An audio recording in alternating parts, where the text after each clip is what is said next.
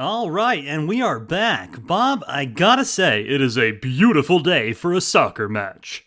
You mean football, right? No, I meant soccer. We're in Europe. They call it football here. Oh, wow. When did we get to Europe? You complained the entire flight over about how long it was. Where did you think we were going? Listen, I'm just here for the free snacks. Okay, moving on. It looks like our new referee is having some trouble. Oh, I really should have thought this through. Turns out being a soccer ref is harder than I realized. There's so many rules. Excuse me, but why did you want to be a ref if you didn't know how to do it? It's because he's a stupid little hobbitses. No, it's because this week's guest is Derek James Kritzberg, and he's also a soccer referee. So I thought, hey, I like to get to know my guests. I figured this would help. Whoa, hey, what the hell was that? It's my turn to throw the ball. Give it to me now. Hey, yo, ref, you gonna let this slide? Hey, no touching the ball, Arnold. That's, hang on, let me check my handbook here. We thinks it's a foul. Yeah, that's right. That's a foul. What are you talking about? You're crazy. Nope, I'm definitely sure that's a foul. You have to do one of those, penalty kick. Right, yeah, a penalty kick. You're making me angry. You wouldn't like me when I'm angry. No. That's a red flag or something. Oh, wow, and it looks like the ref is in hot water with the players. They really should have hired Derek James Kritzberg instead. Too bad he's busy being the guest on this week's Saved as Draft podcast. Oh, thank God someone said it. Get me out of here. This intro is stressing me out.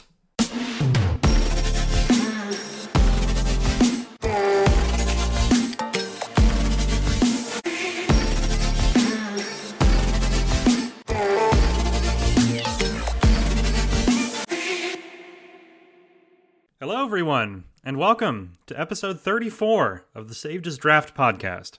This week's episode is all about how writers build worlds for their stories. We discussed connected universes in one of my prior episodes, but this time I've got input from the community, so I'm excited to talk about how different writers approach this monumental task of creating a universe from scratch.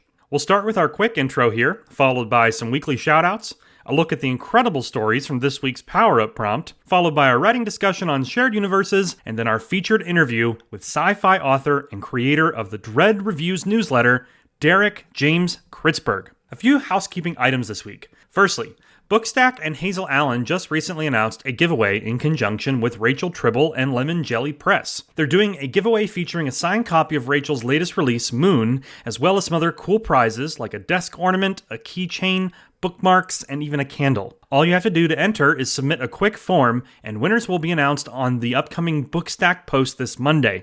So add your name before time runs out and check the show notes for a link to enter. The second announcement this week is that Light, Hope, and Stardust is available now on Audio Mazes. This audio drama features a branching narrative, immersive audio, and professional voice acting throughout. I wrote this story alongside J. Allen Winchester, and it went live this week on World Suicide Prevention Day as a brand new resource for those who are struggling with their mental health. It's a story about very real people who struggle with things many of us will recognize. It's a story that reminds us that we're all fighting our own battles, but that our lives make an impact on those around us. It's a story about connections, both seen and unseen, and how there's always hope, even in the darkest night. I'm incredibly proud of the work I did on this project, and it's for a cause that I'm really passionate about, so if you get a chance, head on over to audiomazes.com to check it out. And lastly, I'm incredibly excited to announce that Ezra Morwood, the guest I had on episode 29 of the podcast, has now joined Substack. You may recall that she and I discussed it during the interview, but now that she's here, I would love it if we could give her a warm welcome. She's working on an ongoing sci-fi series called The Everlight Protocol, and her website is an incredible example of how to do an immersive author site, so I highly recommend you check it out and head on over to EzraMorwood.com. Oh, and don't forget to subscribe and follow her here on Substack. I'll add a link to her profile in the show notes. And that's it for the housekeeping this week. Next, we'll take a look at this week's shoutouts right after a short message. Today's episode of the Saved as Draft podcast is sponsored by Build a Universe. Hello, humans, young and old. Tell me, have you ever wished you could build an entire universe from scratch and watch as the endless march of time and entropy slowly devour it? Why, look, a customer. Do you want to create a universe full of planets and sentient life, little boy? Oh boy, you bet! Dad, can we build a universe? Please? Okay, fine, but please don't make the denizens worship you this time. That was really weird. What a little rascal. Okay, let's check on some of our other customers. Excuse me, we thinks we has a problem. Hello there, what's wrong? The Hobbitses have discovered space travel. They're trying to escape our universe. Oh, can't have that. Looks like we'll need to start from scratch. You killed them. Yes, precious. Very good. Sometimes to create a universe, you've got to break a few civilizations. Alright, have fun, you two. So there you have it. Are you tired of the universe you live in? Have you come to resent your creator and think you could do better? Come find out. Visit Build a Universe and play God today. Alright, and we are back. Next up, we have our weekly shoutouts. Every week, I open a thread on Tuesdays where people can share links to their latest work or nominate someone else they'd like to see featured on the show. I choose 5 at random and talk about them here. I'll even read an excerpt from each piece that I thought stood out as well, so it's a great way to get more eyes and ears on your work. Let's take a look at this week's stories. First this week is Heroine Saint by Eric McCormick. If I'm not mistaken, this is the first story I've read from this author, but it makes for one hell of a first impression. The style in both the writing and dialogue is wildly unique and unlike anything I've ever read on here. I of course mean that as a compliment. The way the story feeds you imagery and descriptions is poetic, yet somehow simultaneously grounded and profound as well. The dialogue feels like a fever dream, but it's also infinitely captivating. I've never read anything quite like this, but let me tell you, I'm definitely a fan. Here's an excerpt to give you an idea what I mean. The stairwell smelled of warm paint and wet carpet. She unlocked the 3rd floor with a gold key. Inside, saints with chipped faces, bowls of water, a rum glass with a straw, coins in a dish, candy wrapped in red paper. Leave the guitar in the case, she said. Some like silence first. He obeyed. She handed him water. We'll talk plain. Nothing touches you without my say. If it tries, I break its fingers. They sat. She asked about his past, his guitar, when pain became proof. He answered with bones, not flesh. She listened without leaning in. When he finished, she lit a cigar at the altar, let the smoke coil. She dropped sugar into the air. You brought a friend, she said. Not the one in the tin, the one in your notes, in your wrists. Jay's mind pulled up nights when songs opened something in the air, when his lungs tasted of iron after the last chord. What is it? A feeder. Eats feeling, old hope, promises in pieces. Keeps you alive when you burn too hard. Everything has a bill. Installments? You can farm it, or let it graze. I tried to grab something with dialogue and prose so you could see what I mean, but honestly, you have to read the full piece. It's really amazing work, and yet another immensely talented author to add to my reading list. Second this week is I Was a Man Once, Strength, by Possum Kingdom. This is the first installment of the I Was a Man Once series. The piece opens with some really excellent art before going into a mixture of prose and poetry, which you know I love. It opens with some world building about a place beyond time where hooded figures congregate and listen to someone called the Recaller. From here, the piece goes into a monologue from the said character, but it reads like free-flowing poetry. There's a bit of dialogue halfway through, but it stays in this format until the end, and it's this beautiful hybrid of storytelling and lyrical word choice. Check out this excerpt I enjoyed. To confirm the futility of it all, one man speaks of fire, another of his own death. I was a man once, 1,000,000,000 times over, because the absurd gives sweet comfort, life and energy, how the air met my face. We've all felt it, yet you deny me this. Amazing work, and a really intriguing start to the series. I'm going to be checking out more for sure. Third this week is Walter by Sandalore Sykes. This story is part of John T.'s Weather Reports. We featured another one of these stories from Brennan in a recent episode, so I'm excited to check out a different one here. This piece also features narration. I love the pacing of the reading in the audio version, and the ominous tone from the narrator as well. It really added to the atmosphere. Structurally, the piece flows like a poem, but it purposely divides up the stanzas unevenly to create the proper flow that it's going for. I like this approach a lot because it keeps the reader engaged. Your eyes naturally fall from one line to the next, and you end up reading faster and more intensely as a result. From a storytelling perspective, it reads like a stream of consciousness. It waxes between past and present, but never feels confusing or chaotic. It layers world building and character development as well, moving with a beautiful pace that lends to the structure. This is another style that I don't think I've ever seen, but I'm really inspired by it. I'm actually going to want to try my hand at something like this with a similar structure and flow because honestly, it works insanely well. Here's an excerpt to give you an idea of what this piece is doing differently. That night, the dream. Slashing open the elk, clean, deliberate. Its hide peels like wet paper steaming. But when it falls into his arms, he doesn't let go. He cradles its head, presses his face to its neck, sobs racking. He meets her eyes, dark, liquid, like looking into something with no bottom. He tries to scrape the organs back in, says I'm sorry again and again. His father and grandfather stand there. Proud? The organs spill out anyway, but there's no blood, no guts. Color like oil, slow and curling. Then he looks down and sees the blade has opened him too. And what spills from him is lake water, choked with weeds. I can really see why this one was so popular. This was incredible. Be sure to check out the episode show notes for a link to this and all other stories from this week's shoutouts. And moving right along, fourth this week is At Night by J.M. Gooding. J.M. made their debut on last week's episode with a truly outstanding story, so let's see if lightning strikes twice, shall we? Well, I just finished reading it, and yep, J.M. Gooding is truly an impressive writer. The last story I featured won me over with its wild creativity and imagery, but this one managed to achieve a similar effect purely through dialogue and chemistry between the two main characters. It's set in a bar during karaoke night, but the real tale begins when our protagonist meets a stunning woman and they forge a near-instant connection. You can feel the intrigue, the chemistry, the push and pull in their conversation. It's even more intoxicating than the drinks they're having at the bar. I feared at one point while reading this that she wasn't real, that we would get hit with a twist, that he made it all up, but that mercifully was not the case. The story has a full and satisfying arc with an ending that leaves you with a mixture of happiness and longing. Here's an excerpt I really enjoyed. She holds my gaze a second too long, then lets it drop to my mouth before returning to my eyes. Deliberate. The corner of her lip curls, like she knows I caught it. She tilts her glass toward me. I'm Claire. I swallow the last of the whiskey she brought me, set it down slow. Jay. Her smile curves, not wide, but knowing. Jay. The musician. Retired, I say. Not tonight. The crowd laughs at Dave's off-key howl, but it feels a mile away. She lifts her glass, sips, sets it down. Her fingers trace the rim once, slow, then stop. Maybe, she says. But sometimes it takes the right night to remind you. Her words hang there, heavier than they should. I want to answer, but her hand slides across the counter, covering mine. Warm, firm. I tense up, but relax after a second. She doesn't notice. Oh, so good. Just incredible characters and chemistry in such a short span of time. I really love this one.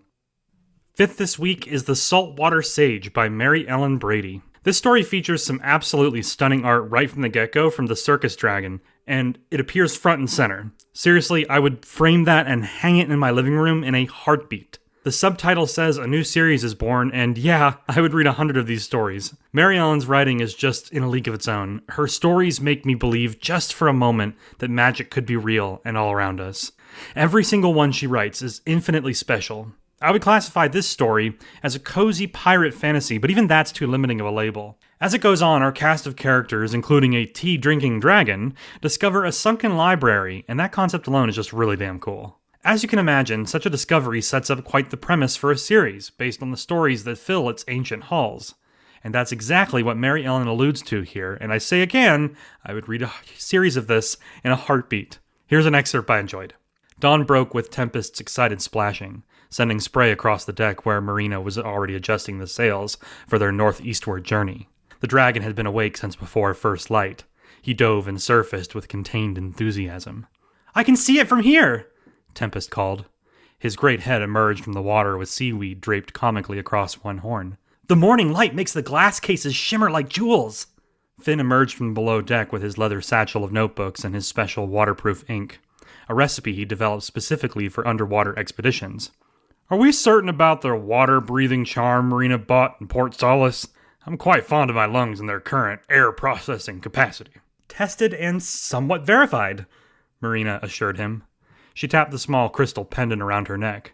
Though, I admit the vendor's guarantee of probably won't kill you wasn't as reassuring as I might have liked.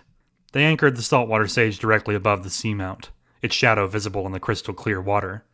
Tempest circled the ship with the barely restrained energy of a child on their birthday. Remember, Marina said as she secured her own breathing charm, we're visitors here. If the librarian appears, we introduce ourselves politely and offer trade. No one maintains an underwater collection without having specific reasons and preferences. Their descent was magical. As Marina and Finn slipped beneath the surface, their charms activated with a warm, tingling sensation, like breathing liquid starlight. Schools of silver fish parted around them, and the water itself was clearer than any they'd experienced. I could go on and on. This story is amazing. The imagery, the charming dialogue, the water dragon, it's all just so magical and cozy.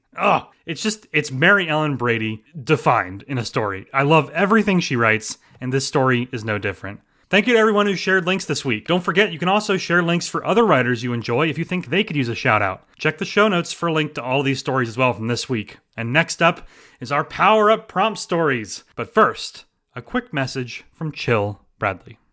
Hey there. This is Chill Bradley. For today's mindful moment, I want to talk about a recent event known as World Suicide Prevention Day. I'd like to share a few thoughts from the community, but if this topic is something you don't wish to discuss, that's totally fine as well. You can skip ahead and jump right into the Power Up Prompt stories if you prefer. No harm, no foul. If you decide to stay, I want to commend the community for once again tackling a very serious subject with respect and genuine kindness. We've all struggled with mental health issues. It's part of being human. Some of us, though, have had more difficulty than others. Some of us have been in a dark place, where it seemed like things were hopeless, and others have lost people they know or love to suicide. So, before I share a few quotes from members of the community, I wanted to reiterate that this corner of the community is a safe space. My DMs are always open, and if you ever need to talk, I'm always available. I want you to know that no matter what, you're not alone. And with that, allow me to read a couple quick messages. Hazel Allen posted a beautiful poem earlier this week that I'll link to in the show notes. But this last paragraph from them really hit home for me. It reads, "It's difficult to keep going when there's so much hurt and pain. Your life matters though, and I'm proud of you. You're doing the best you can given the circumstances, and that is awesome. Because you're still here, and you're still you, somehow." Asteria Geisterblum, one of my favorite people in this community, shared some truly sage wisdom for anyone who is close to this topic or finds discussion of it difficult. She said, "It's okay to mute creators on here that you love and want to read when they post more about this topic this month. It's okay to unsubscribe to newsletters that pick up on the topic. Your healing journey is yours alone. You set the pace, and it's your decision when, if, and how you heal." I wholeheartedly agree with Asteria. We need to protect our peace however we can. It's why I will never be offended if you prefer not to read some of my posts. I respect and appreciate you all, no matter what. Lastly, Nikki the Nocturnal Narrator offered several compelling points on the topic. Here's one. Staying alive is the most punk rock, most spiteful, most beautiful rebellion to ever exist. Do it for yourself, for the plot, or out of spite, but do it anyway, even when it's hard. Especially then. Very well said. Thank you again to everyone who spoke on this topic and shared your experience and wisdom. I myself shared an older story of mine called Just in Time, and I'll put that link in the show notes as well. Thank you for listening, and please remember, I'm always here if you ever need to talk. Okay, back to the show. Okay, and we are back. This week's power-up prompt was slasher horror, and oh boy, did you all deliver. I'm not certain, but I think this is a record number of stories for a weekly prompt of mine in any event that I've done. So as always with this segment, I'll talk about what makes each story unique and how it leveraged the prompt. Let's dive in and see what you wrote this week. First up, I'd like to share a couple stories from last week's prompt that came out just a few hours after I finalized the last week's episode. The first is The Crash from Javier Mixco. Javier is just another writer that I discovered recently, but I'm absolutely captivated by his storytelling style. Javier's story for the conspiracy theorist prompt perfectly captures the tension of paranoia while also introducing us to wildly unique world and premises involving a world-renowned journalist who reports on conspiracy theories themselves. Things reach a boiling point in this story and it ends on a chilling final line. I had to share it, so make sure you give it a read at the link in the show notes. Okay, and one more story from last week's prompt. This is The Station Between Worlds by Luna Asli Kolsu. Luna's been sending out prompts of her own for some time on Substack, but she still finds time to join mine as well, which I really appreciate. I think this is the most unique story I've seen for last week's prompt. There were some really, truly standout pieces, of course, but Luna's story here takes us into a world that's both intriguing and terrifying in equal measure. It starts simply enough, but things quickly pick up into a breakneck pace that leaps between different segments. The intensity here is really what stood out to me. Once it got going, I was completely glued to my screen. The imagery is shocking and surreal, which I enjoyed as well. You never quite know what could happen next, and by the time you reach the nail-biting climax of the story, you'll be breathlessly anticipating how it all ends. I love the way Luna's writing style captures the imagination, while also offering incredible pacing. Her stories will always pull you in and never let go. Awesome work here, and I'll be including these two stories from last week in the show notes. Okay, and now we move on to our slasher horror stories for this week's prompt. First up is Castle's Lot by Terrifying Tales, aka CJ Knight. CJ continues their streak of absolutely phenomenal stories with this latest one. It has all the elements you would expect from a classic slasher horror. We got a fun cast, a series of unfortunate mishaps, a terrifying killer, and plenty of bloody violence. Where this story really elevates itself, though, is the fact that our main character suffers from PTSD. This detail is used to incredible effect throughout the story, adding another layer to an already pitch-perfect piece. It's a fantastic way to start off our slasher stories for this week, and remember, check the show notes for a link to all of these. Next up, we've got Twilight Hills by Mary Ellen Brady. Now, as I've often said, Mary Ellen can jump into pretty much any genre, and this story proves my point once again. In this story, she takes inspiration from the strange and surreal style of Nightmare on Elm Street to tell a story about a gas station and its rather odd attendant. In this story, the slashing has already happened, but our final girl now finds herself trapped and needing to escape before she joins the other victims. This story succeeds thanks to its exquisite imagery and haunting atmosphere. The tension is top-notch, and you'll be on the edge of your seat all the way to the end. Next is The Last Call by Josh Bell. And holy crap, this one was amazing. It's a horror comedy that absolutely shatters the fourth wall right from the beginning. It directly addresses the reader by comparing the events of the story to horror movie tropes, and the meta commentary is just downright hilarious. I don't usually do excerpts here in this segment, but I have to read you this paragraph so you can see what I mean. There were 8 of us. Don't worry, you won't have to remember their names long. This isn't that kind of story. Think of it more like speed dating with death. Some introductions, some awkward small talk, and then half of them end up on the floor in pieces. It's a really fun read, insanely creative, and as you can see, side-splittingly funny. Bravo, Josh. This is one of my favorite stories I've read. Next up is Dry Creek Slasher by Verdant Butterfly. As one of my favorite writers on Substack, I was overjoyed when I saw that she had submitted a piece for this week. Within the first few paragraphs, we get this great setup that explains why the townsfolk are trapped, and then boom, we find out that the story is being told from the killer's perspective. I love that. We then see that the killer is watching an interview with the final girl on television, the one who literally got away. We quickly find out that the killer isn't as scary as they seem to think. Things quickly devolve into people making fun of him on the interview. It's hilarious, and honestly by the end I kind of felt bad for the killer. I really love how this story subverts expectations, and the ending had me dying of laughter as well. It's great stuff. Next we've got Pitchfork by Dan Broadrib. This one is Dan's first power-up prompt story, and it's a great debut. This story throws us right into the action within just a few seconds. The killer uses a pitchfork as well, which makes for some truly gruesome kills. I also love that the killer is called the Scarecrow. The final girl character is also really interesting too. She seems like the kind of person that most people ignore or don't notice. However, based on the ending, it seems like our final girl has some unfinished business to attend to, so as the story says, they're going to remember her. I'm hoping to see a sequel to this one because I really enjoyed it.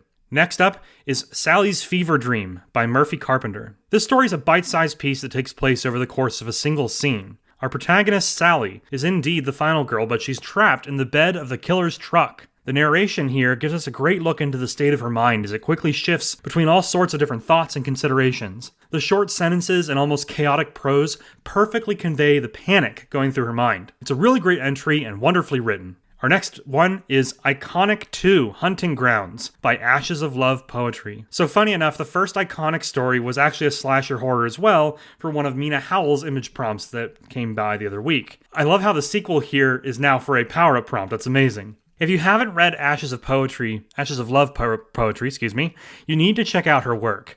She writes in this poetic style with short lines and punchy rhythm, but she also tells stories with dialogue and stark imagery that will have you glued to the screen. Iconic 2 starts with some really nice opening lines that read, "I'm back. Of course I am. Only the greats get a part 2, and mine is going to be epic." Yes. After that, I was seated and ready for the story. And with this piece, we're back in the perspective of the killer. It's a small detail, but I love how they also refer to the other character as my final girl. The possessiveness here is really nice and adds to the killer's personality. It's just the right amount of creepy. Ashes of Love's signature style also comes through beautifully here. It creates a rich setting, some truly gruesome kills, while also building tension and never letting the pacing slow down.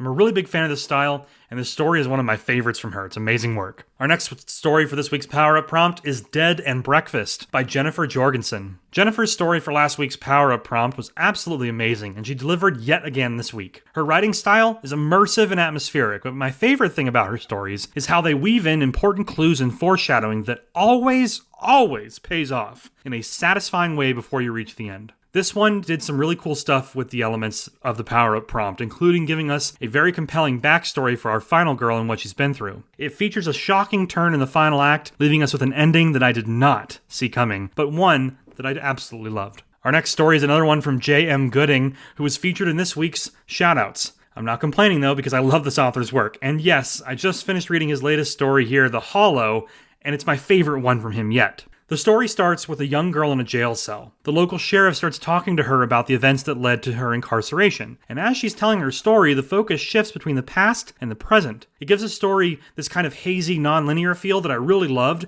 because it matched the character's state of mind. We get details on what happened before, catching us a glimpse of the killer. Then, things shift to the sheriff's perspective and the story drops a huge bomb right at the end that had my jaw on the floor.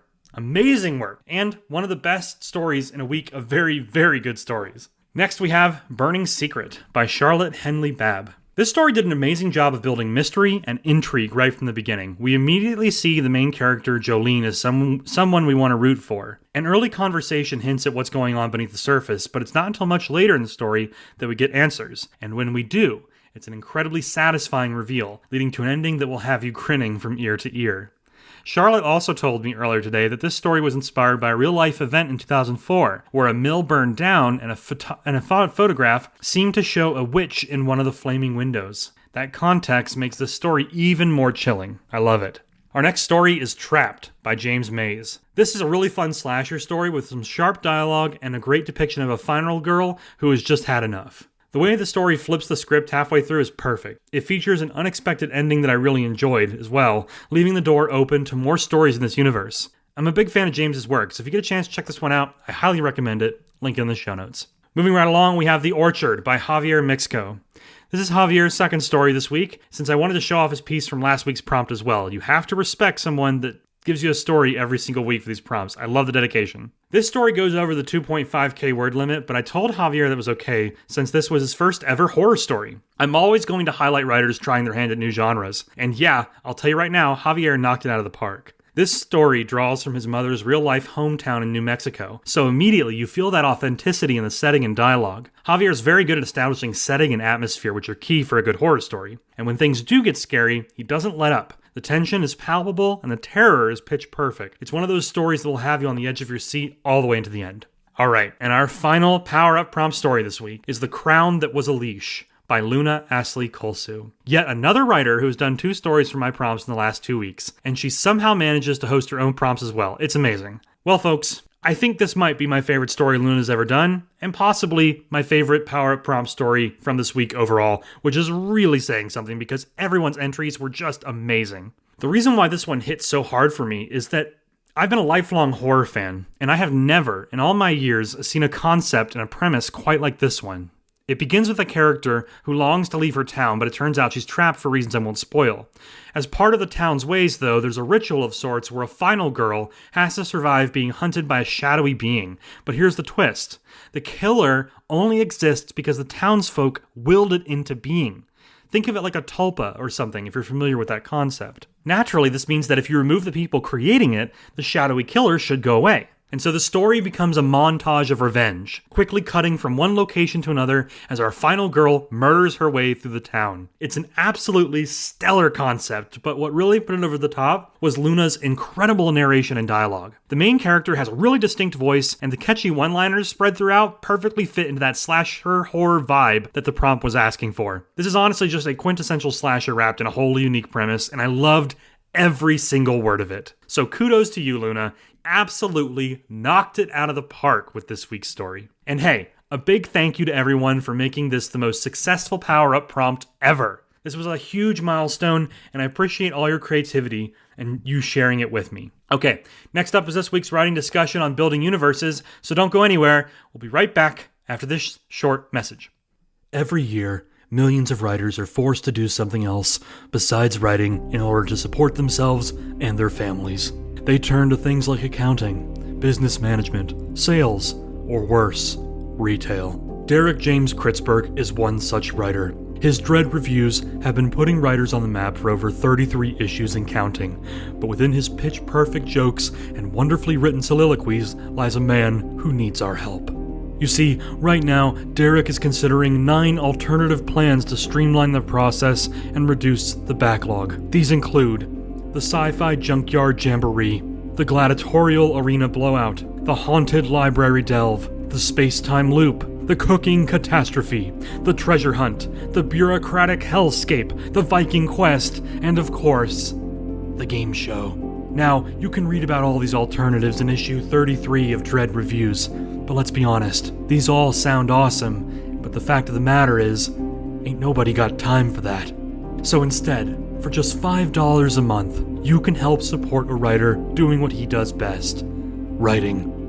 As tempting as it would be to watch Derek shatter the laws of time and space to streamline his Dread reviews, I think we all know we would prefer him to be writing. So please, support Derek and Dread Reviews today with a paid subscription. Thank you for listening.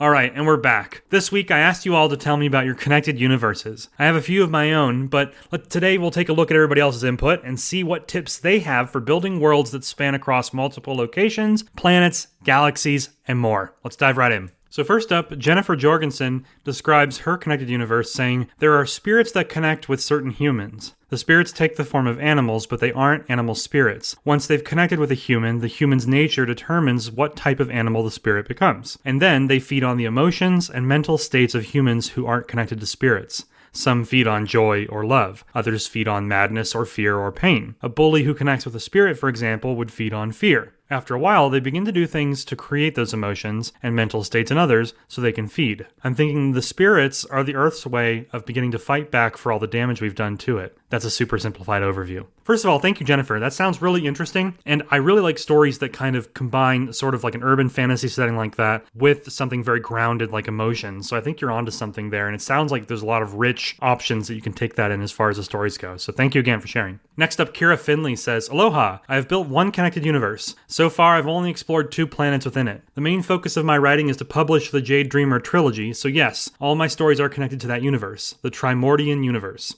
The planets are sentient beings and have their own inner world, emotions, and plans. It's a universe full of a multitude of races, and the home planet of the first trilogy, Anu, is a wild garden of magic and creativity. Her plan was, well, I can't tell you because it's tied to the ending of the 3rd book. Fair enough. I avoided building my own universe for a really long time until I realized I couldn't tell the story without creating the world it would live in. My first tip would be to honestly assess if your story calls for its own world. World building from scratch isn't easy, so really test the story you're writing and see if it needs its own world. Mine did because I wanted to establish the mythos and history to craft a certain kind of struggle in the current story world. Despite what I just said about it not being easy, don't take it too seriously either. You're taking a spin in the driver's seat of creation, so have fun with it. I say this as someone who has learned the hard way. One exercise that really helped me is to get out of my own way. To help me get out of my own way was doing 30 minutes of free writing about the world at the beginning of my writing sessions last summer. I tapped into my inner child, seriously, and let her go to town. Create any creatures she wanted to, make magic mean anything she wanted to, etc. Sometimes I used what I wrote, but often not. Instead, it loosened me up to stop being just an architect and more of a creator. Lastly, I'd say it's really good to know the theme of your story when you start world building. If you do, you can try to make the world reflect the message you were trying to communicate to your readers. This one was crucial for me, and it drove a lot of my decisions about history, magic, and the natural laws of the planet itself. Hope that helps. Yes, Kira, that was actually amazing. And honestly, I would wholeheartedly agree with your tips there. I think the free writing to kind of get the cobwebs off is really smart. I love that idea. And then also, just your tips about really considering how much of the world building needs to be done for the story you're writing. Fantastic. Thank you again for your input there. Jennifer Jorgensen also popped into the chat later saying, I know this probably isn't terribly useful for your podcast, but in my book, the most genius writer for connected universes is Jeremy Robinson. I'd call him the heir to Michael Moorcock. He's got a series with 13 books, and something like 8 of them were initially published as standalone novels. It was only later he made it clear they were all connected. Frickin' genius. Okay, well, yes, that is actually super useful for the podcast, Jennifer, because, I would love to check that out, and honestly, it's amazing that he was able to make it clear they were connected later. That's fascinating. So, check my subscriber chat if you're interested, everyone listening. She left a link to that author's Goodreads and the series. It's fantastic. Next up, J.M. Gooding says, yes, most of my writing is in the same universe. I call it the Astroverse, but it's actually called the Emergence Codex. Basically, it's a near-future speculative universe where AI can and does emerge and become sentient while avoiding all the usual cyberpunk tropes. Well, that sounds fascinating. All right, next up I've got Felix A. Thornfell, who says, my hot take on connected universes, optimize for verisimilitude, not messaging. My priority is making the world feel believable, rather than bending it to serve a theme. I let characters' choices drive the drama, and I think themes should emerge through consequence, not lectures. A mystery only works if it exists within a framework. I treat my story bibles as boundary systems, not just lore dumps. Rules give the world texture and create real stakes. Without them, you drift into anything is possible and reversible territory, which kills tension. I wrote a very short post about this, and you can find that link in the Garbage chat here. And he goes on to say, my universes. Novair was my first, a serialized neo-noir mystery set in New York where an ensemble cast begins to notice reality fracturing. Ooh, I love that. No overpowered characters, no easy backdoors, and every action has a cost. Also a little rough at times as it was my first. It needs more review. Next up, he has Orbital Night, debuting this Saturday as a hard sci-fi story where a search and rescue team crash lands on a planet that should be empty and instead finds a quiet, thriving village. I built a reasonably believable star chart to ground the orbital mechanics behind the mystery. This will have multiple episodes and stories. Wow, you heard it first here. Definitely check that out. Orbital Night. That's fantastic. J. Allen Winchester jumps in again here later in the chat saying, the name of the world is Neo Gaia. I named it because the apocalypse of World War IV destroyed the primordial goddess, leaving her remains to decompose and regenerate the planet. When she rose to the earth for the last time, the race known as the Graco were released from her womb, and only they understood how Gaia's blood could heal the earth. In the wake of the war, humanity had no choice but to rely on the demigod people. After a millennium of sharing the world, the half-human daughter of the Graco sovereign is burdened with a destiny that either holds the key to restoring the life of the earth or dooming it to the end in fire and flood. The premise lies in the threads of the Morai sisters. Every soul is spun from the thread of chaos, and those threads have been woven into a tapestry since the beginning of time. The actions of the past are all leading to the endgame, and there are consequences to be paid. Been fleshing this one out for 21 years. A bit sad now that I think about it. All right, let me pop in here. First of all, that's not sad. I have my own universe. Honestly, let's see. Devine is about 5-6 years old, but the Synaptic Sprawl goes back almost 15 years, so I'm pretty close to where you're at. And honestly, thinking about anything and developing it for 21 years, I think all of your fellow writers here would agree that that's fantastic and shows a lot of dedication. So, really cool stuff. Next up, Anton Anderson says, the stories happening in the same universe are better to be self-sufficient. You shouldn't require from your readers to read every book you have just so they can understand your new story. That's fair. But you also shouldn't overdo it. If knowing the whole story enhances the experience of reading a new short tale, then it's great, and you shouldn't be afraid of this. It's useful to have a document that describes the whole connected universe. I have one, and it's called worldbuilding.docx. It has everything from my 3 published novels, my upcoming novel, and my Substack stories set in the same universe. The document has built-in Excel spreadsheets with dates, so I know exactly when certain events happened. This way I can make sure that the characters appearing in my Substack stories are still alive or that their village hasn't been wiped out yet. The document also has all of the characters with names, descriptions, and links to the cities and villages where they live. This way I can make sure the characters' eye colors stay the same, that they've had enough time to travel to where the new story takes place, etc. And that's a really good point from Anton. I have my own docs for Synaptic Sprawl and Devine for the same purpose. I'll admit they're not as organized as that, and they should be, because that's amazing. Because, as people get into your worlds, your readers will definitely notice details that don't line up. So great advice there from Anton. Next up, the Autumn Star says, most of my stories don't have crossover worlds, but in college, my boyfriend at the time was also a writer, and we started dropping little references to each other's worlds in our stories. One of his books has a scene featuring a little dead girl standing in the corner of a living room. No explanation, no follow-up. She's the little dead girl from my first novel. And in my work, there's always a character named Michael, who might be a harmless frat boy or might be a serial killer. He's straight from the X's world. I like that. Honestly, one of my favorite things about doing Connected Universes is dropping just hints like that, or little references that, it doesn't matter if you don't know what they mean, but if you do know what they mean, they add that aha kind of moment to the story, and I really love that. So great points there. Next up, Letters from a Poet says, I have a universe for my dystopian novel, Unscripted. Several background myths and histories, and a prequel in the works. All within the same universe. It's funny because I've only released Unscripted and some of the myths, but every story in the universe is very much intertwined and written together. There are hints and twists in each part which only truly become clear when placed next to the others. I love doing the concept art and creating maps for it all too. World building is a real passion of mine. Very cool. That sounds amazing, and I love the title Unscripted. All right, and last but not least, Eric McCormick says, my short stories are allegorical modern fantasy with wound world aesthetics. They describe the functionality of my metaphysical model, which is based on looking at all of reality as a body, as within, so without. Spirits, spells, and runes are living entities, given resonance and depth by intention and attention. Poison dissolves what is unnecessary and unwanted, leaving behind the scalpel clean certainty of will and self. And, weird stuff ensues and things often get uncomfortable. So I just made the connection too that Eric here had a story featured earlier in the shoutouts. And again, just in this little piece here, his writing is just insanely fascinating the way that it comes out. It's profound and poetic, and this input here about, the metaphysical model of the reality being a body is fantastic. It reminds me of my own Connected Universe, the Synaptic Sprawl, where a lot of my horror stories take place. And that story, the reason why it's called the Synaptic Sprawl is because it's set in a horror multiverse that exists within the mind of something called the Dreamer, and each of the universes in the multiverse are synapses in its brain. So that's fantastic. I really love that. And thank you to everyone for coming on here and sharing your stuff in this subscriber chat and our weekly writing discussion. You can jump in every Wednesday with a new topic and add your thoughts, and I'll read it here. So again, thank you. This was a wonderful discussion this week and some fantastic universes you all are working on. Okay, next up, we're going to dive into this week's featured interview with our guest, who's the creator of the Dread Reviews newsletter. So without further ado, let's get into a conversation with Derek James Kritzberg. All right, everybody, and this week I'm very excited to welcome to the Saved as Draft podcast a sci-fi author and creator of Dread Reviews, the one and only Derek James Kritzberg. Derek, thanks for being here. Hi, hello. So let's have you start off by telling us just a little bit about yourself and your creative journey thus far. I'm turning 42 in 4 days. I'm married to a wonderful lady. We have 2 children, 4-year-olds and a 1-year-old. I'm a semi-pro soccer referee. I started in 95 when I was 12.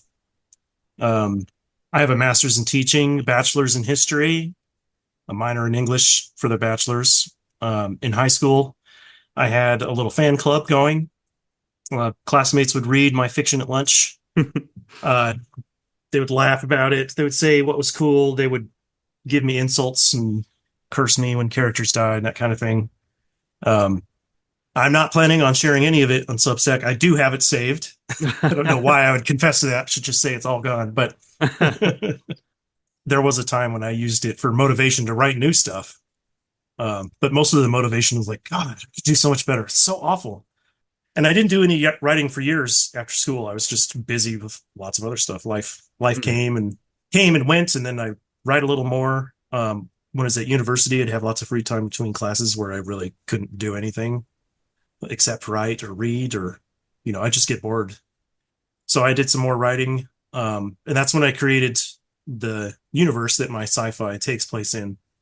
It was called Deupon because I didn't have a better name, and I was like, that name can come when I take it seriously. And so now it's called Belegeist, which is means war ghost. It's a German and Latin fusion. But I dropped that endeavor and didn't pick up writing again until I had kids. So that's kind of been my life story as far as writing.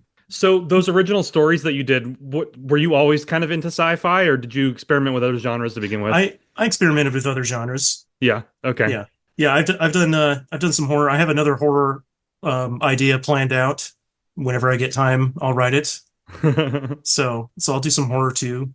I didn't Nice. think I'd ever write horror. I didn't think I'd ever write humor either.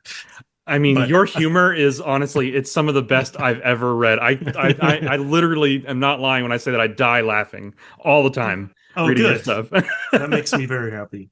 Yeah, no, I didn't think I could ever be funny. I'd feel like every once in a while, you just come up with a great idea, and I didn't think I could be reliably funny.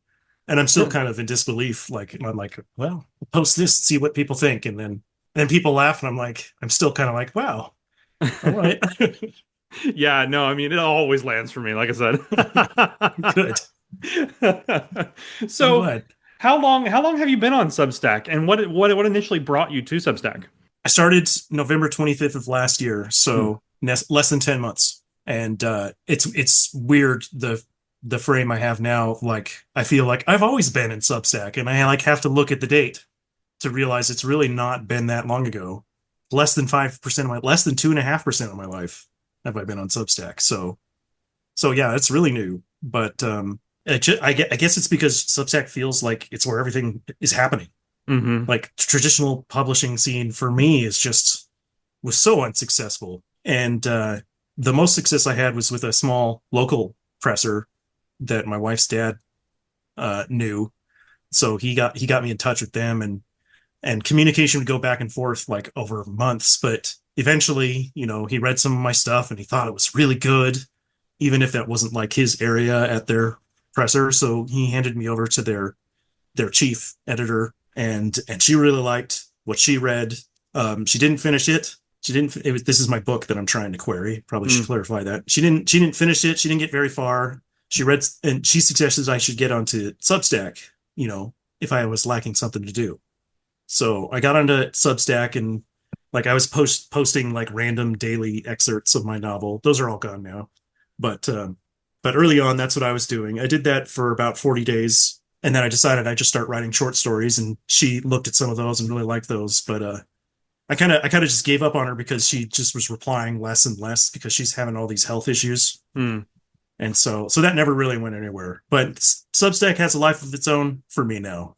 And yeah, I plan on being here, as long as this boat keeps floating, I'll be on it. Yeah, I mean that's kind of my approach too. Like, whenever I think of like people that are like the kind of just define the community on Substack, your name obviously comes to mind as one of the first. So Right. yeah, you're one of those people that I just you really do kind of make the community what it is with everything that you do. So that's why Wow. I'm glad to hear that you're not going anywhere. Wow. I mean, that's amazing. I love hearing that. So the book that you're querying is this something that's set in your sci-fi universe, or is this just kind of its own standalone story? I'm It's curious. It's set in the it spawned all the short stories in the current serial are spawned by this book that I wrote.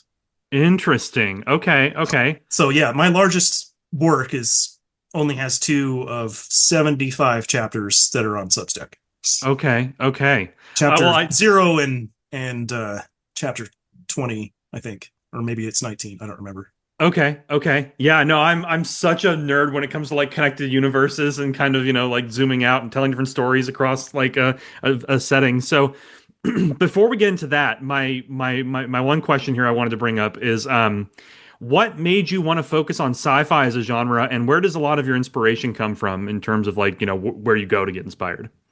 Sci-fi has a certain, like, the audience has an expectation of higher anyway of realism, Hmm. and they want their magic to be to have a background in science, right? Right. Right. Which I think is really fun.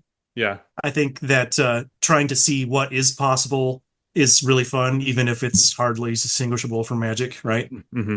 Hmm. So that's part of it. I like to get gritty. I like to get technical. I like that to be in the background, though. I like the there to be like 90% of what's happening isn't on the page. Okay. So I like people to like figure it out over time, and that kind of thing. So sci-fi is a good setting for that. If I were to write fantasy, it would probably be like low fantasy. It'd be very, very stuck in like medieval reality, but then there would be, I don't know, someone who has unexplainable powers or whatever. Anyway, so it's not like I have to have sci-fi, Sure. but it seems fun. I also like I hinted at, I like writing about the unexplainable. I like cerebral themes as much as I like the action. Mm. I like questions that will split the room. Do you believe in an afterlife? Do you believe in a before life? Do you believe in the existence of a soul, or do you think we're all just made of meat and we're gone when we're gone? Right. Um, and I like the idea of like technology, like making people think that they have an answer, or hinting that one truth is not it is one truth is like, yes, there is a soul, and then someone else is like, well, I have a different explanation for what that phenomenon is. I like that kind of stuff, and sci-fi seems like a really great place to do that. But I do feel like, even though I try to touch on cerebral stuff, I feel like I'm at my best when I'm writing action.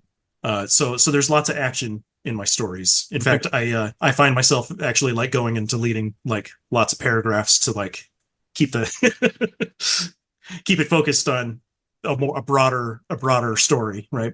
Right, right. I feel like I recall now that you mention it. Back when I published that article about writing battle scenes, I want to say that you had like shared some really good tips back then as well, and that makes sense given that you kind of focus on action and stuff like that. Mm-hmm.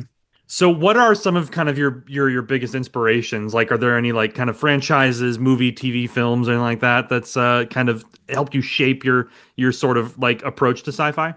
Yeah, I remember this really striking scene, and I don't know what it's from. I'm sure a music video. Michael Jackson like turns into a transformer. Okay. Or turns into a car. Turns into a robot that turns into a car. Right. And I was like, that's so cool. I would love to do that. Yeah. I want to be a robot. And when I was like 7. Right, right, right. I want to be made of metal and shoot laser beams and stuff. Yeah. I don't even remember the scene at all. I probably should have looked it up, but I don't know if it'll be as good as my childish imagination was. And I liked Transformers. I liked Blade Runner as an adult. Sure. And that kind of matured into like a fascination with what it means to be a person, which is just I mean, you can explore that in any setting. It doesn't have to be sci-fi, but I think it's a great place to explore that. I've also done tons of reading. I'm not ashamed to say that I love Warhammer books. I loved the BattleTech and Mech Warrior books. I loved Dragonlance. I read a lot of Dragonlance. And just about anything else that people would recommend to me. Too much stuff to list. And also I have a horrible memory for authors' names. I'll read like someone's like, I'll read 7 of their books and have no idea who they are. So right. Yeah. Just not my brain is not configured for that kind of thing. I also really love history and historical fiction, and so that's where a lot of my realism goes. I'm familiar with a lot of the stuff that I will then research in depth more when I write about it. So I actually will draw a lot of inspiration from history when I write about the future. Okay, interesting. I like that a lot. Yeah. So next, I would like to dive into a little bit deeper your sci-fi universe and your ongoing series here on Substack. So for someone who they're hearing your name for the first time here, what's kind of a good sort of overview of that universe and what you got going on as far as your series goes? Well, I have so much. I gave you a hint of this. I have so much going on in that universe. Yeah. So you said brief. Brief would be there's a technology that's devised that splits the human species into 2 factions. It's they develop a technology to transfer human consciousness into a machine. Okay. And so that machine is that person, or at least believes it's that person. There are lots of people who don't believe that the machine is actually the person. They think that the person has died and the machine is a doppelganger or a copy. Okay. And so this is a problem at first because it's it's voluntary. You could do it if you want. You do it when you're old or you're sick, or it's like a full body prosthetic at one point. But the technology. This is a very distant future where humanity has expanded throughout the galaxy, and there's really not any problems that technology can't solve. In fact, this one seems to have solved the question of mortality. But as there are more and more of these post-humans, they start to form factions. They have different worldviews. They don't value nature. They don't value the climates of planets. They don't even value living on planets as much. And their attitudes towards, everything from industry to society to economic policy, whatever. It's all different. They just have a completely different perspective on everything, which leads to strife, which leads to galactic mandates that all humans are now obsolete and have to convert, which of course sparks a massive war. Yeah. And so my stories all take place in like a before, during, and after of that war. But my stories happen like in the very, very early stages before that war really kicks off. And then there's not a lot, but there is some about like the big start of the war where almost everybody dies.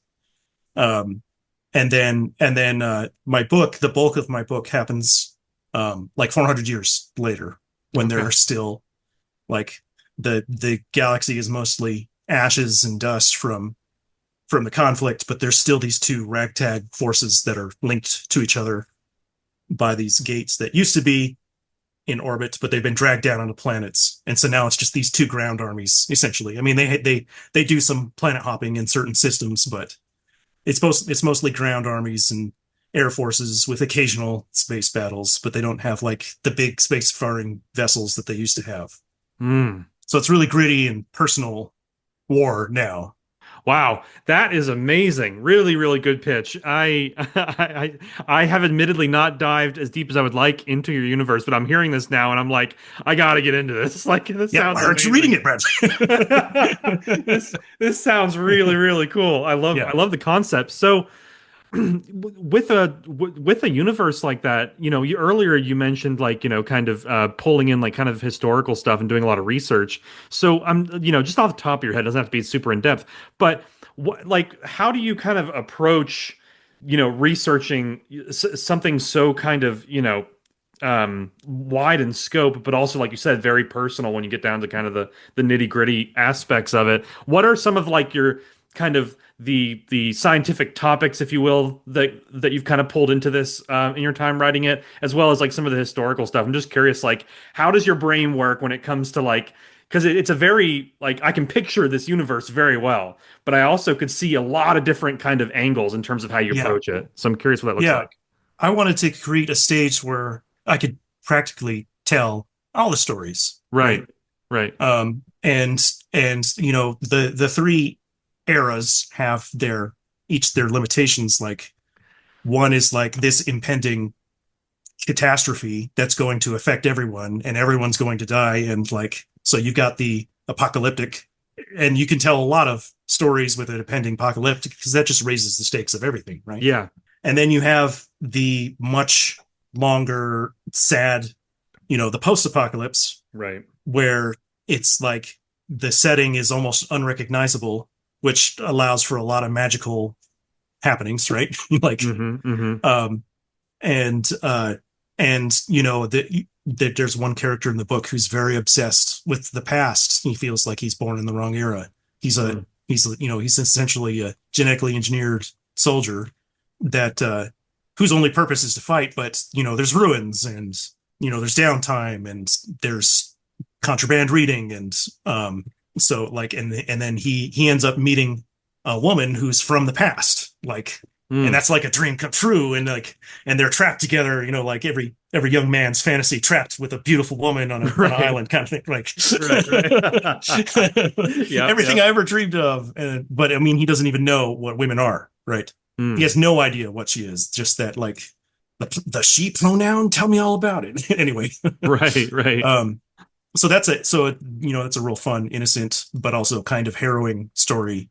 and then you've got the during era where I can like really, pan the camera back and like have entire civilizations, like this human civilization fell this way and this human civilization had this flaw.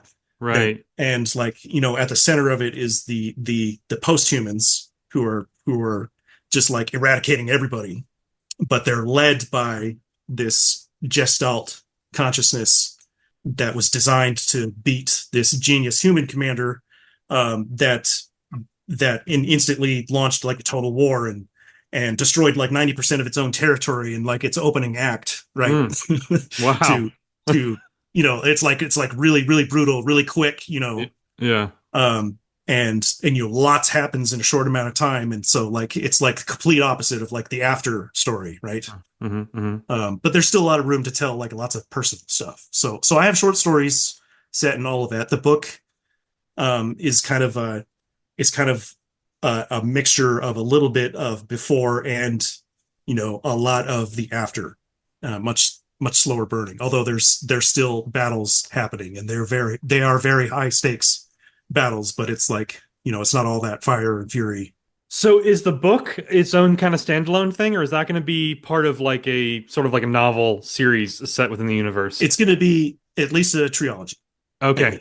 Okay. Awesome. And then your other series that you've got going on Substack right now, how far along is that one? I think we're on part 10 is the next one, right? Yeah, part 10 it's at 9 parts right now. It's almost got 3 completed story arcs within a larger story arc. And it is set in the same universe, even though it starts with like prehistoric warfare and then like gets more advanced throughout. And I don't want to spoil that one too much, but if you read it, you'll probably figure out a lot about what's going on and how it relates to what I've been describing. Okay. But it will play directly into the book. The characters in that play a direct role in the book that I've written. Some of them by different names. So okay. So there's that. So yeah, it seems like its own thing. Somebody, and I've never read this, and I want to. Somebody compared it to Hyperion, where there's soldiers like training in a simulation, and I was like, yeah, that's definitely a vibe that it gives. But it's not like people think simulation. It's like, this is all fake and it doesn't matter. That it's not what's happening at all. Like it matters, but right. I don't want to spoil it too much. Sure. No, absolutely. Yeah. So, as far as the novel's concerned, are you still trying to traditionally publish that? Are you still querying that? Or are you going to end up kind of self-publishing? Or what's the plan there? I'm gonna self-publish it. No, I'm totally done with traditional publishing yet. Okay. It seems like a graveyard.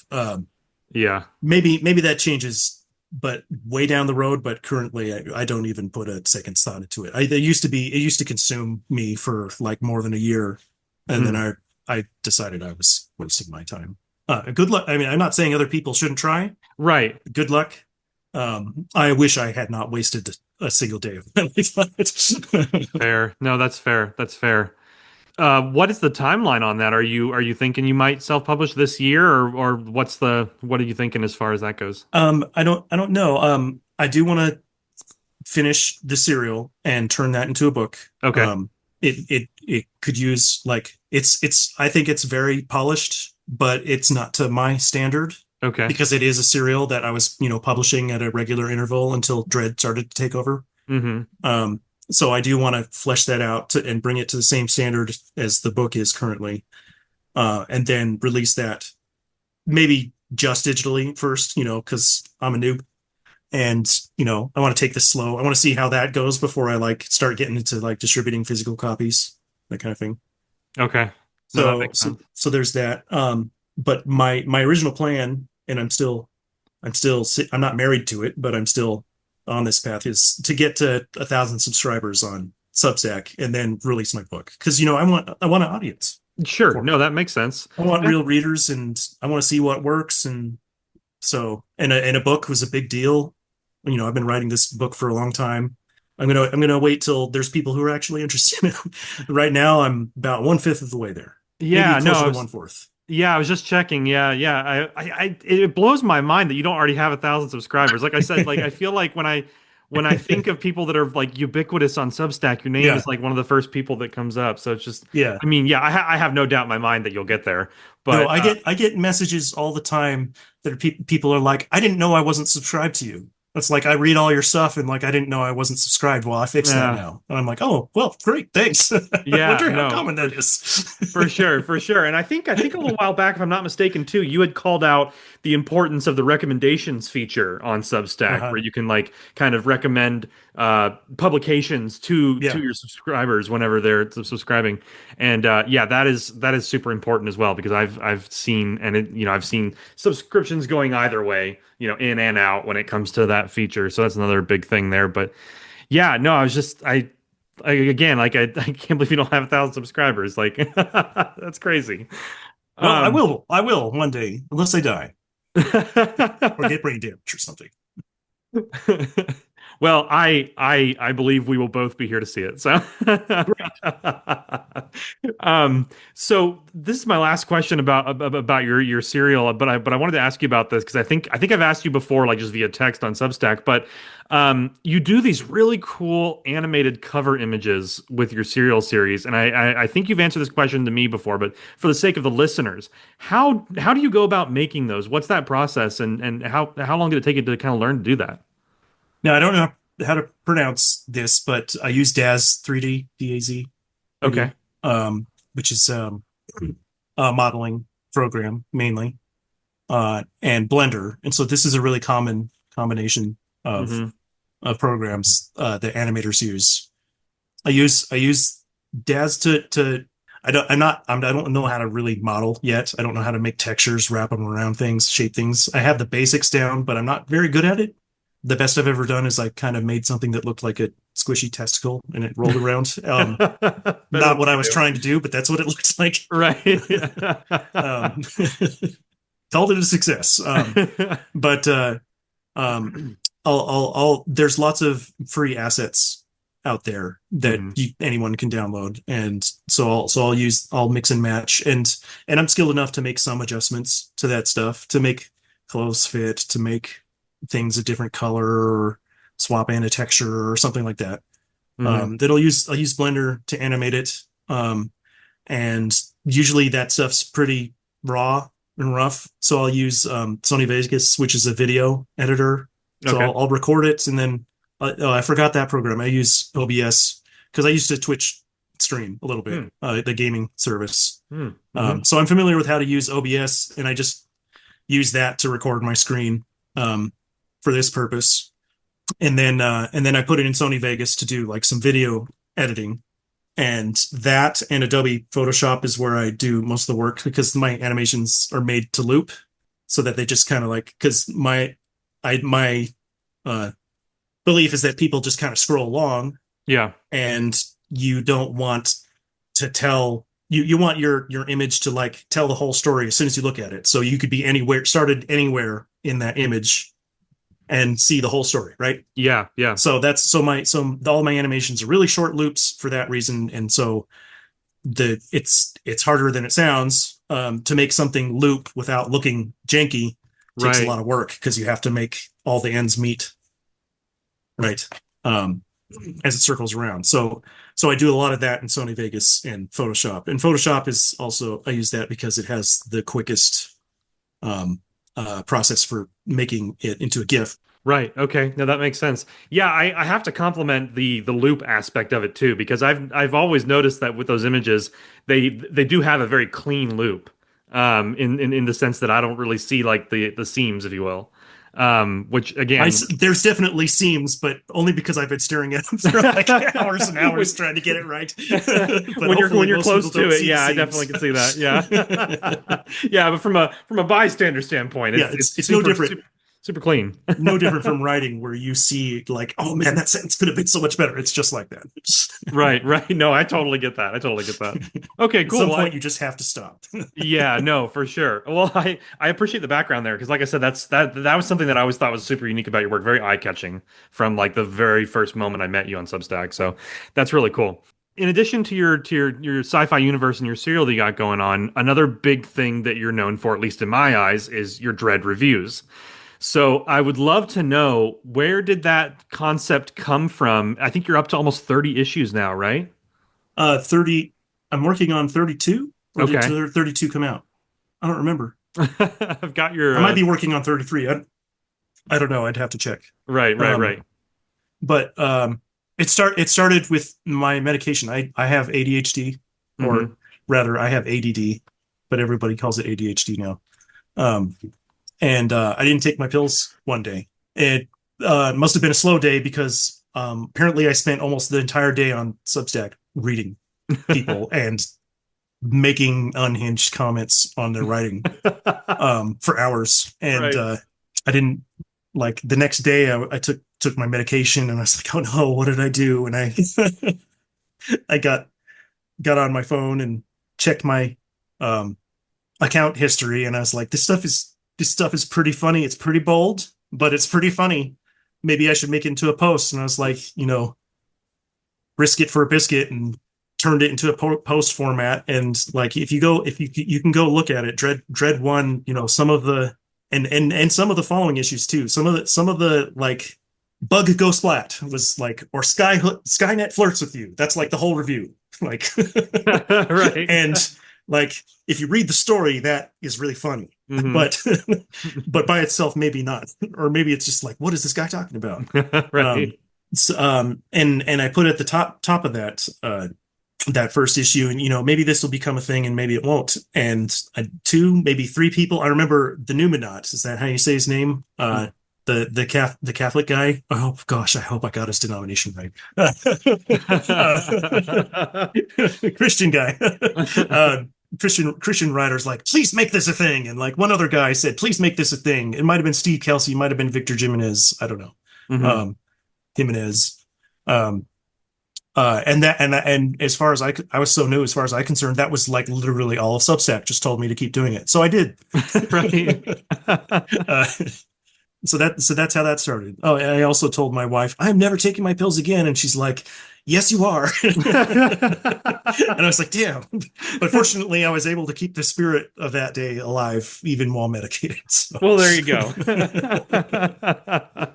That's fantastic. I love the story behind it. Yeah, no, I mean, there's just a unique, it's like you said, like it's such a great sense of humor, but also like you can tell that you really take the time to read everything. It's like you said, like the jokes land even harder when you've read the story. Yes. But Yes. like every time I mean I can speak most closely to the work of mine that you reviewed, but I can tell that you read it, you understand it, and like I remember on a prior episode of the podcast, I read an excerpt from your review of that post-apocalyptic story I did, and I still think about some of those jokes. Yeah. It's so good.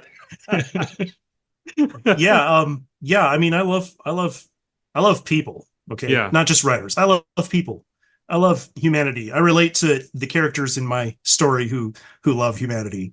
Mm. And so that's where that comes from. And when people create stuff and have the courage to put it out there, I'm already happy before I've even read their stuff. Yeah.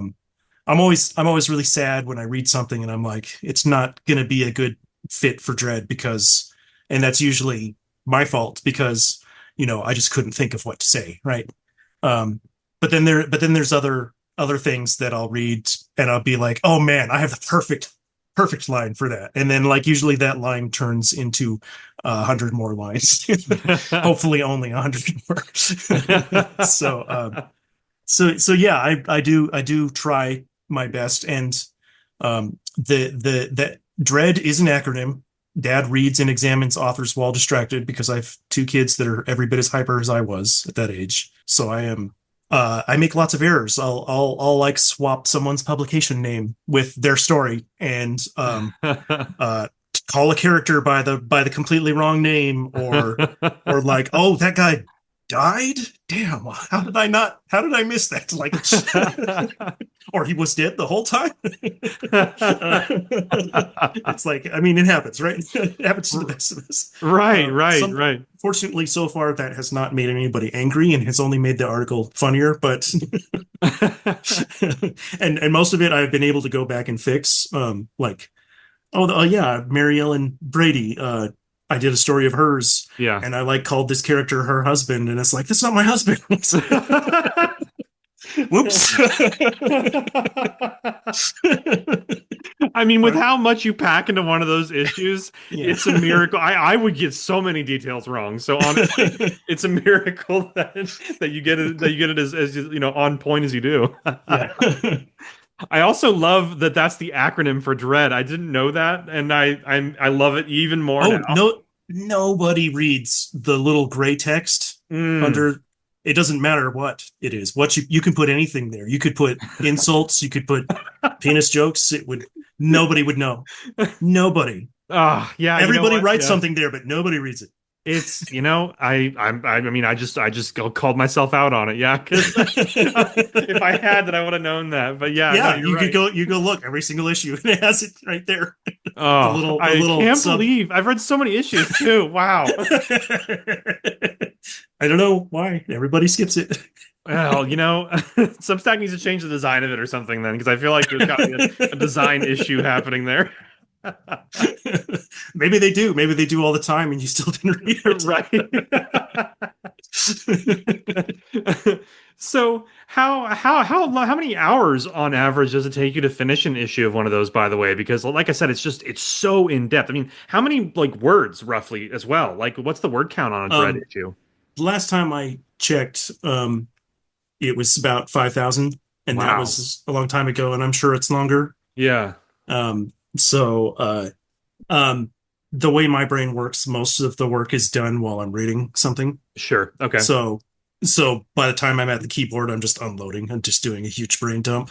So that makes it go faster. The shortest is probably about 8 hours. Okay. But it goes much longer most of the time. There's probably some ones that I spent like I think it might have been 31 where every single one there wasn't a single real review. It was all companion stories, like stories based on the story. Right. So that was one of the more unhinged ones that I've done.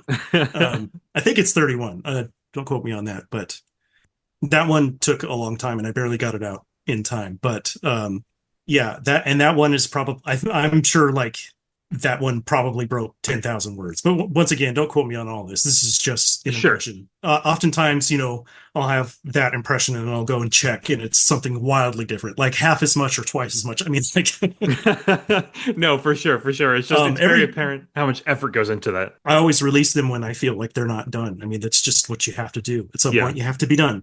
Yeah, and so that's why every single issue has typos. It's because I went and cleaned it all up, but then thought of something to add, and then that edition had a typo. So, of course, yeah, no, definitely, I understand that for sure. Yeah. So, you also recently introduced guest interviews on the Dread newsletters. So, again, for anybody who's not familiar with that, could you give us a quick overview of how that works?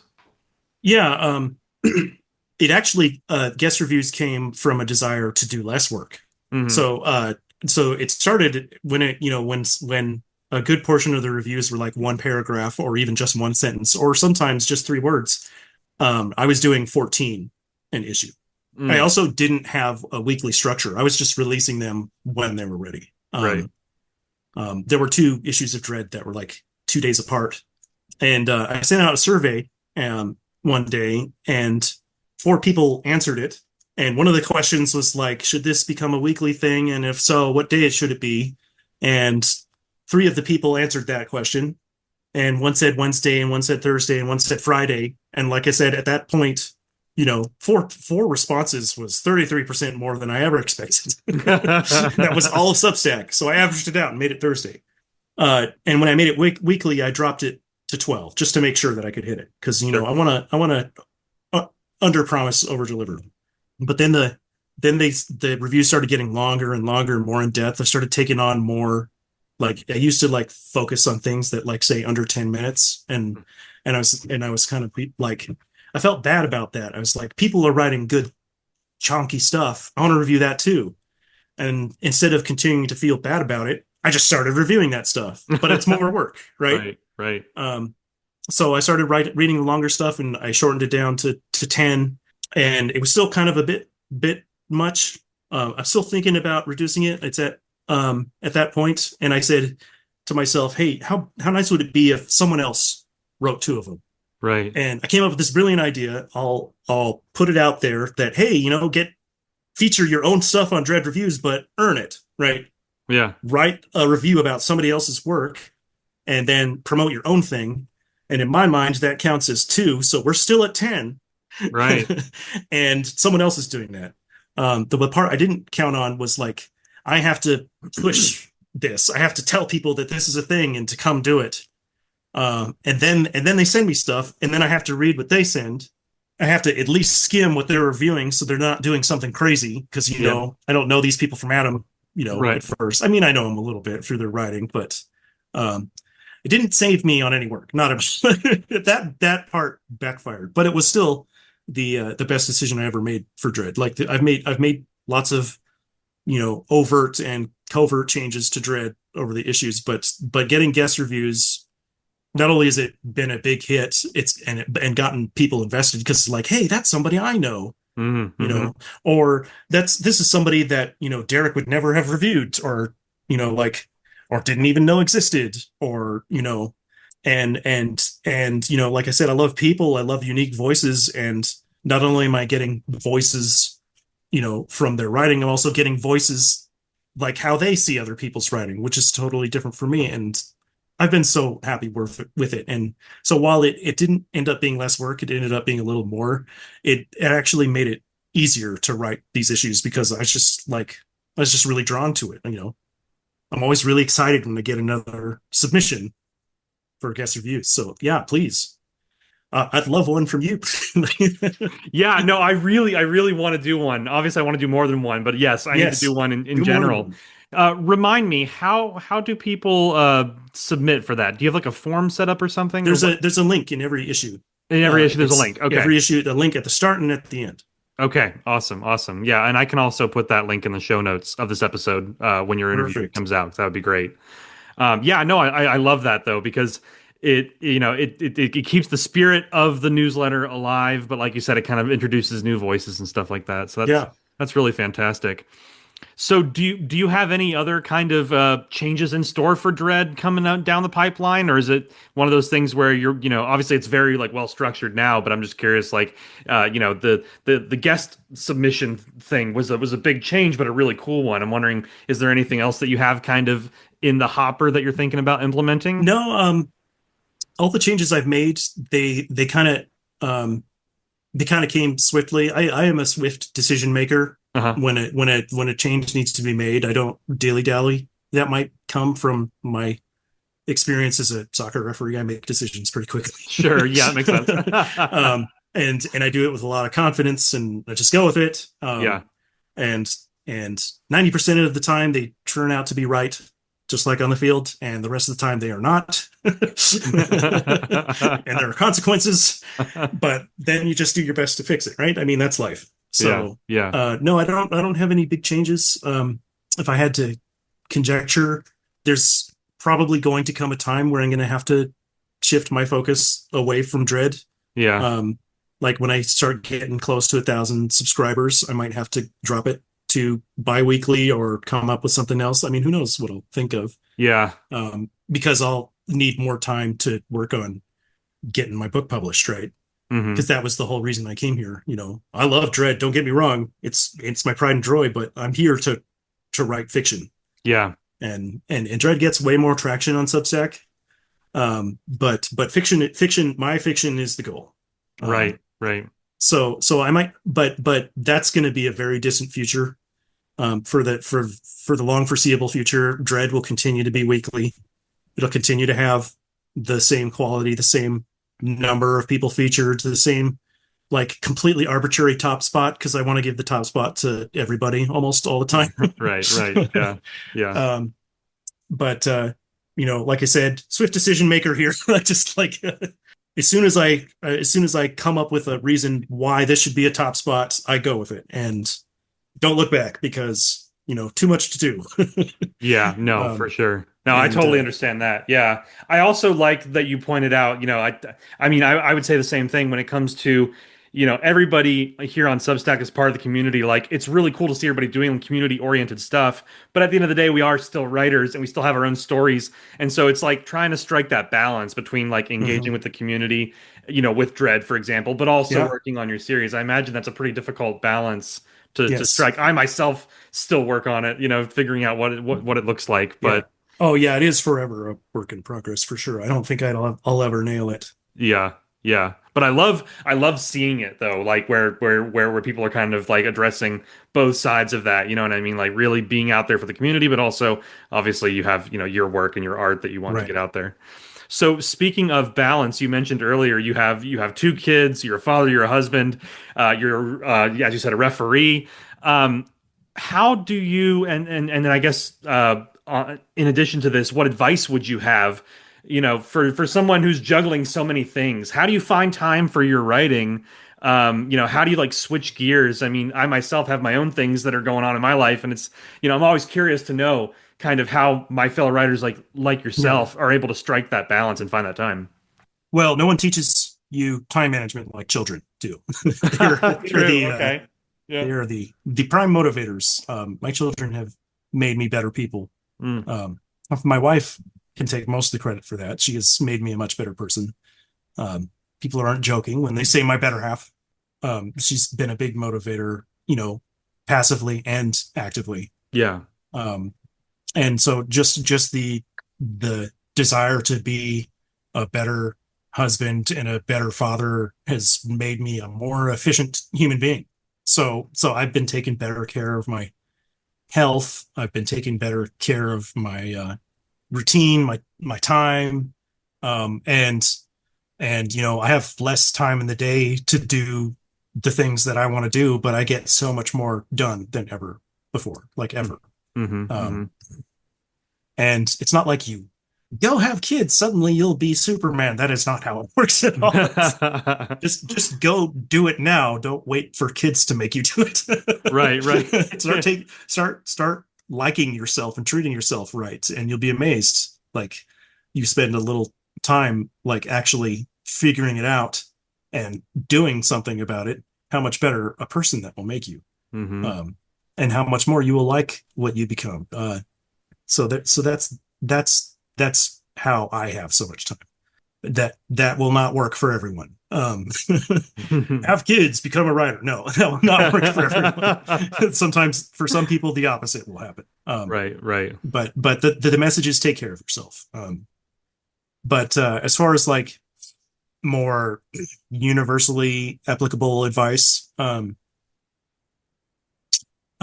really believe that people have like a peak part of the day where their creative energies align the most, and it will be a bigger chunk of time if you do the other thing. You take care of yourself. You go to bed at the same time every day.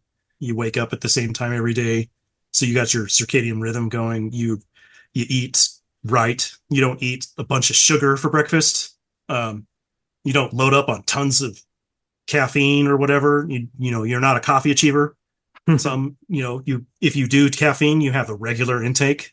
And then you'll be able to start testing yourself. Like, when are you most productive? For me, it happens to be about 8:30 to noon is when I can get the most done. Okay. So if I can get like a 2-hour period then, and it's not like I'm only writing for 2 hours. I'm also thinking about stuff during the small parts of the day.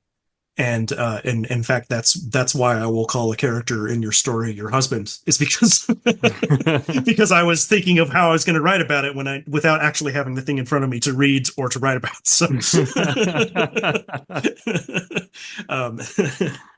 Sorry. That's a fair point. But yeah, I mean, I think that's common for writers. There's lots of people who talk about like, I was thinking so much. That's you working. Yeah.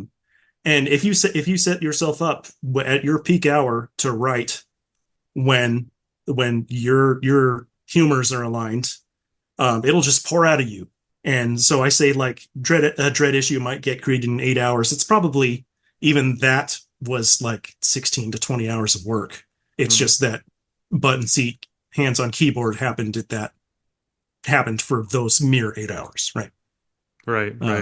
And you should write what you enjoy. That one you'll hear ad infinitum, but it bears repeating. Don't just write what you think is popular or what you think people will like. Write what you like. You're a member of the species, so anything that you like, someone else is going to like too. Just write it. It doesn't matter if it's, the intricacies of cannibalism or erotica or jihad or redneck stuff or like, it doesn't matter. Just write what you like, man. Do it. Somebody will like it. And even the people who aren't into it, they might come along and say, wow, I didn't know I would like this. Right. So do it. Take a risk. You're not going to be successful unless you're willing to be a little dangerous. Right. Otherwise, you're just going to be boring. And who wants to read that? So, write what you like, and I would say, don't ignore criticism, but focus on what gets a positive reaction, because that's what's going to motivate you, and what's going to guide you towards the target. Somebody says like, oh, your punctuation is all over the place, and take that in consideration. Okay, maybe they have a point there, and maybe you hear that a lot and you're like, okay, I'll go fix that. But if somebody says, man, I love the way this flowed, that should outweigh like 10 people saying I didn't like it. Because you only have to make like 1% of people happy to become stupid rich. Right. Stupid rich. Like right. You make 1% of the planet like you. Yeah. You know how much money that would be if 1% of the planet bought everything that you made right for like a dime. You know how much money you'd have anyway. So don't try to make everybody happy, and don't listen to criticism. I mean, take it into account. If things are pretty universal, it's like, okay, stop doing that. That's dumb. But focus on what's succeeding and do it more often. Mm-hmm. And the rest will take care of itself. In my time reviewing lots and lots and lots of stories, good structure, interesting characters, beautiful prose, those are the low-hanging fruits. And if you go to all the like the writing guides, the self-help, the vocabulary gurus, that's full of like how to get better at that, and it's like you could be born yesterday and you're probably 90% of the way to mastery. Like that's just my personal experience, like reading on Substack. Maybe that's the algorithm might work. I don't know. But like I am constantly putting people in dread that have 5 to 10 subscribers who are like, why does this guy not have way more followers? He's been there for 6 months, like pumping stuff out. And nobody's reading it, and it's amazing. And I put it in dread, and people are like, that was really good. It's like, so that stuff's low hanging fruit, in my opinion. Lastly, you should be ready for a grind if you want to succeed. I've seen a lot of meteoric rises, people who've gone from 0 to 1,000 subscribers in like a month. Yeah. And it's not a rule, but most of the time they just disappear. Like it's like, hey, I remember, like, I can't think of anybody right now, but like I remember that person. I was watching them and they were growing so fast, and I was so freaking jealous. And I was like, what are they doing? And then I go to check on them, and they haven't posted anything in 3 months.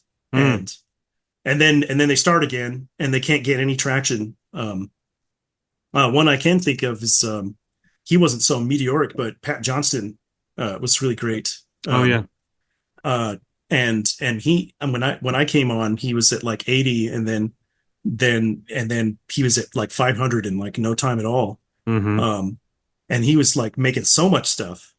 And then he just stopped. And I know he had some mental health issues, and I don't want to talk about that because I mean, I don't know him from Adam really. Sure. I just know him from being on a screen. But then I know he was having lots of mental, and I don't know if it was burnout, but obviously he couldn't keep it up for whatever reason. Yeah. I think burnout played a role, and then he tried to come back, um, and then got real mad and deleted his account, or he was being stalked. I don't know. He was all over the place. Anyway, I loved his writing. Mm. But then he was just gone. And I see a lot of people who have like you, Bradley.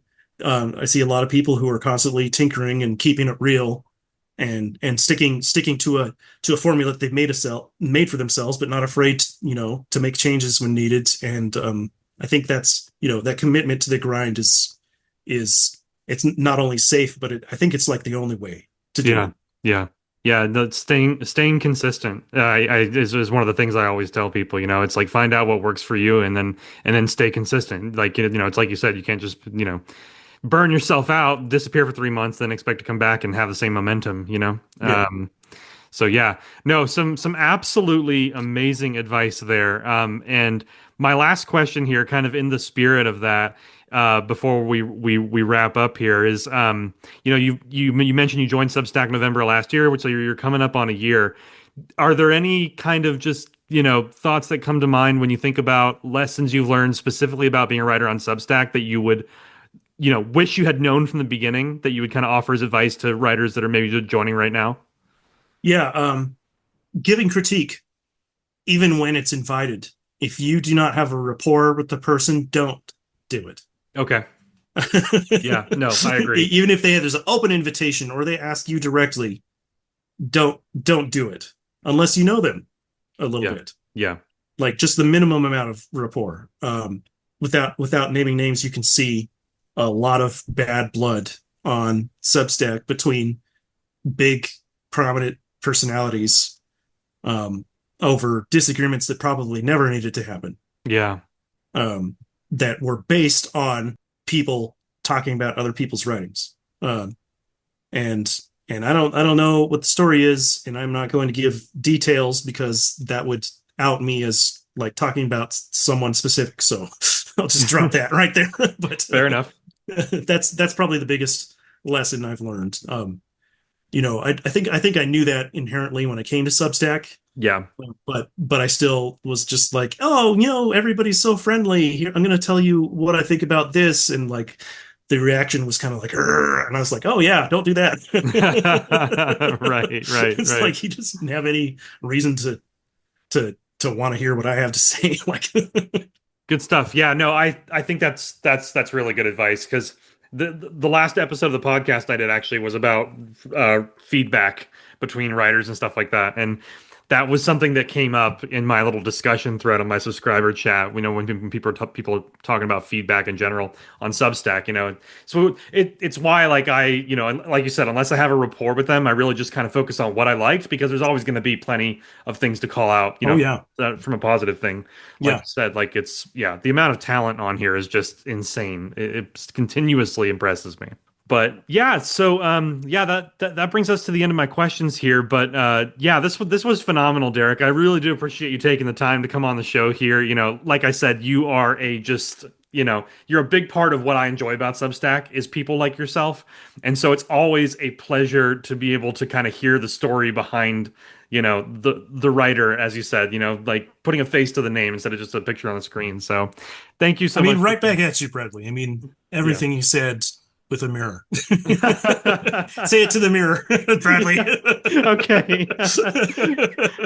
No, I appreciate it, and like I said, I'm really excited for people to hear this interview, and I'm gonna keep supporting you and obviously all the other writers that I can, but I really hope to see you hit that 1K subscriber mark sooner rather than later, because you 1000% deserve it. So, thank you, I appreciate that. Yeah, I'm definitely excited to see that. And if somehow you stumbled in here without knowing Bradley, you need to just stop everything, drop everything, and sub right now, because he is amazing and he will make you feel good about yourself just by reading. Even if he's not talking about you, he'll make you feel good about yourself. Just read his notes and his articles and his fiction. They're pretty good. Thank you. No, I appreciate that endorsement. And the last thing I'll say before we wrap up here is I remember one of my favorite things that you've ever said in relation to me and my work was recently you said, it's like my mom always used to say, what was it? Something about, like, I'm just laughing thinking about it. I know. yeah, it was, I had it on the tip of my tongue. It was something about like, if you wait around long enough, someone will come around. Go ahead. If you have nothing nice to say, just sit there and wait, and Bradley and Ramsey will come along and say it. That's the one. Yes, I literally screenshotted that. That made my whole week. I thought it was the funniest thing in the world. That's like a perfect example of like why I love your writing and your humor. So. Okay, well, it wouldn't be funny if it wasn't true. Well, thank you again, Derek. This was wonderful. Really appreciate you coming on the show. Thanks for having me, man. And once again, a huge thank you to Derek for coming onto the show. That was an exceptional interview with a ton of amazing insights, not only into his world and the universe that he's building, but into writing as a whole. So again, big thanks to Derek. All right, let's jump right into next week on Substack. We'll start with a new power-up prompt tomorrow, and then Tuesday we'll see the launch of the first ever Devine series, The Order of the Pawn. New chapters will drop every 2 weeks, so if you're a Devine fan, keep an eye out for that. My horror miniseries, An Hour to Anywhere, will also continue next week as well, with part 3. We'll dive deeper into the strange dimension set in part 1 and 2, and meet others who have been chosen to test out this new form of travel. And that's it for this week, folks. But thank you so much for being here as always. Your support, your stories, your creativity, it means the world to me. I'm wishing you all a wonderful week of productive writing. This is Bradley Ramsey, signing off.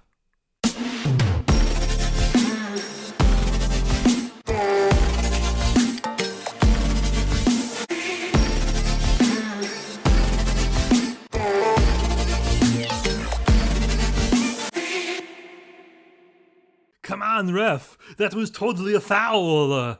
Hey, no, I'm pretty sure that's allowed, Arnold. If that's allowed, then I'm allowed to come over there and crush you to a pulp! Ah! It's a foul! It's a foul!